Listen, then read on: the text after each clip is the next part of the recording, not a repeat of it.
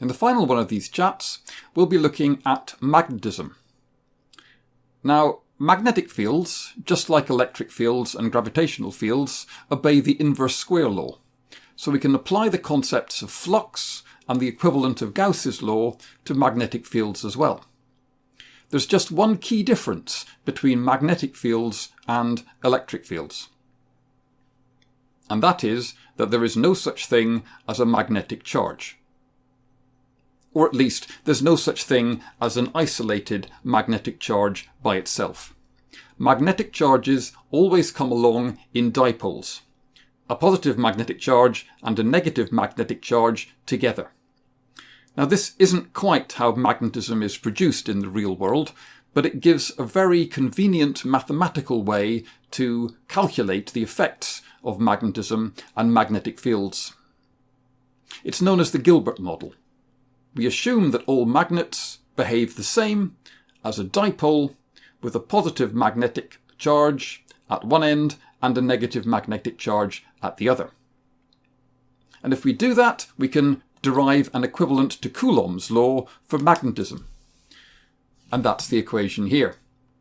The force between two of these magnetic charges is a constant known as the permeability of free space divided by 4 pi multiplied by the two magnetic charges themselves divided by r squared.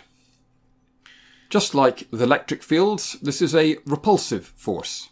If S1 and S2 are both positive, or what we'd normally call north poles, then this evaluates to a positive number. That's a repulsive force. If you have one north pole and one south pole, then we have one positive and one negative magnetic charge. This would evaluate to a negative number, and that would be an attraction force. This is known as the Gilbert model of magnetism. It's not exactly how magnetic fields are produced in the real world, but it does allow us to use all of the same techniques that we use with electric fields to analyse magnetic fields as well. Just have to bear in mind that if you take an electric dipole and I chopped it in two, I would end up with a positive electric charge and a negative electric charge. Whereas if I take a magnetic dipole and I chop it in two, I end up with a smaller magnetic dipole up here and a smaller magnetic dipole down there. I can never have an isolated magnetic charge. The flux lines around a magnetic dipole then look like the flux lines round an electric dipole. They just emerge from the North Pole and go to the South Pole. In terms of their shape, they look exactly the same. This just leaves us with the interesting question, why do magnets attract each other at all? We know from experience that if we have a bar magnet like this, with a South Pole at that end and a North Pole at this end, and another bar magnet here, with a South Pole there and a North Pole there, then those two magnets would attract, they would pull together.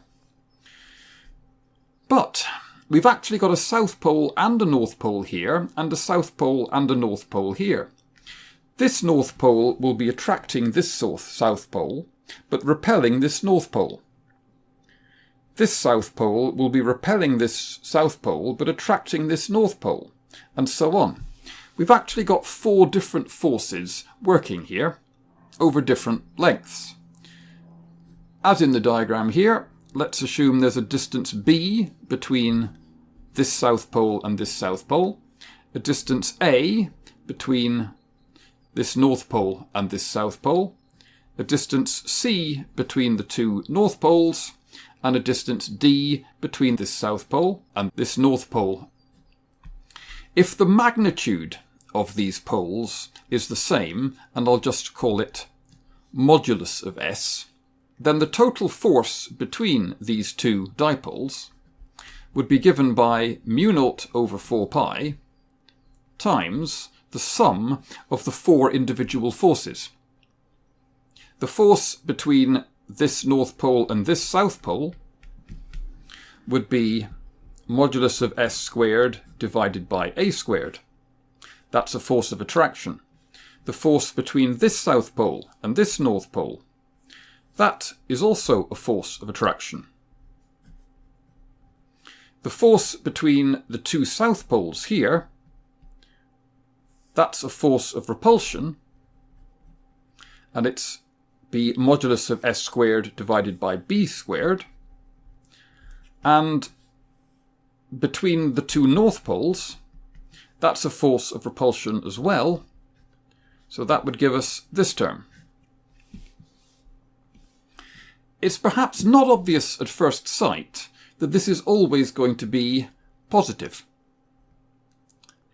But it's a nice little exercise to prove that it is. I'll leave you to puzzle it out.